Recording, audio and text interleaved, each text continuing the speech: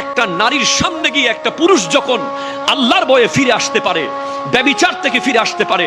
সহিহ বুখারী কিতাবুল আম্বিয়ার মধ্যে হাদিস এসেছে, বনি ইসরাইলের 3 জন ব্যক্তি পাহাড়ের এক গুহার মধ্যে আটকে গিয়েছে।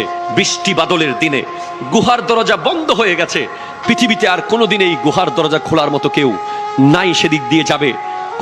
কোনো ধরনের কেরাইন নাই, কোনো মেশিন নাই। ওরা নিশ্চিত তারা সেখানে মারা যাবেই, সেখানে তাদের মৃত্যু হবেই। এরপরেও ভাবছে আমরা একটু ট্রাই করে দেখি আমাদের লাইফে কোনো নেক আমল আছে কিনা, যেটার কারণে আমরা গুহার দরজা খুলে ফেলতে পারবো। দোয়া করে একজন দোয়া করছে, আল্লাহ, আমার চাচাতো বোনের সাথে আমি একা একটা রুমে ছিলাম, যেখানে আমরা একে অপরের সাথে ব্যভিচারে লিপ্ত হয়ে যেতে পারতাম, কিন্তু কেউ আমাদেরকে বাধা দিত না। শুধু তুমি আল্লাহর ভয়ে আমি আমার বোনের দিকে যাই নাই।